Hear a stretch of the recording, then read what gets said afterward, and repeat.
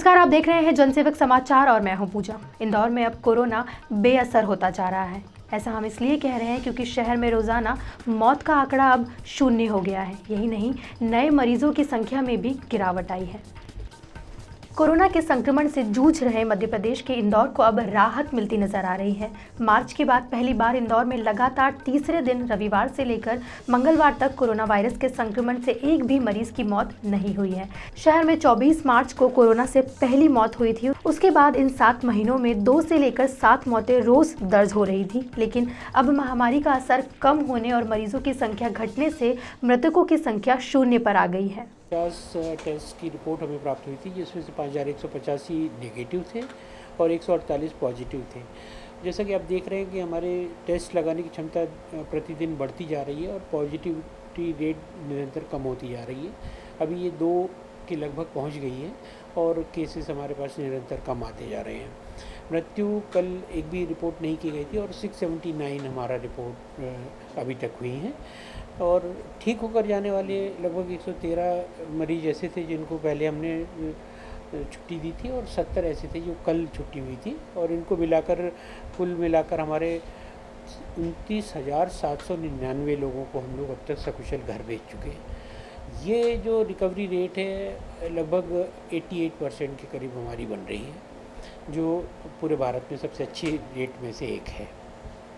हालांकि अब तक 679 लोगों की मौत के कारण मृत्यु दर 2.02% रही, जो राष्ट्रीय मृत्यु दर 1.50% से अधिक है।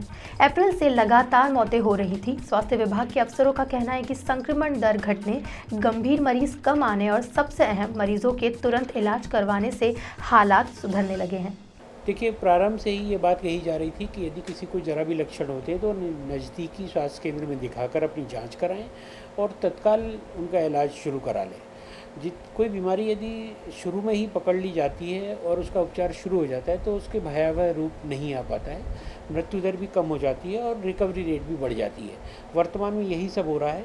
फीवर क्लिनिक में अधिकांश लोगों का आना हो रहा है और वहाँ से हम लोग जो रैपिड एंटीजन के द्वारा 1 घंटे के अंदर ही रिपोर्ट दे देते हैं, तो उससे काफ़ी लोकप्रियता हुई है। लोग आते हैं, उन्हें तत्काल पता चल जाता है कि रिपोर्ट क्या है, उस आधार पर उनका इलाज भी तत्काल प्रारंभ हो जाता है।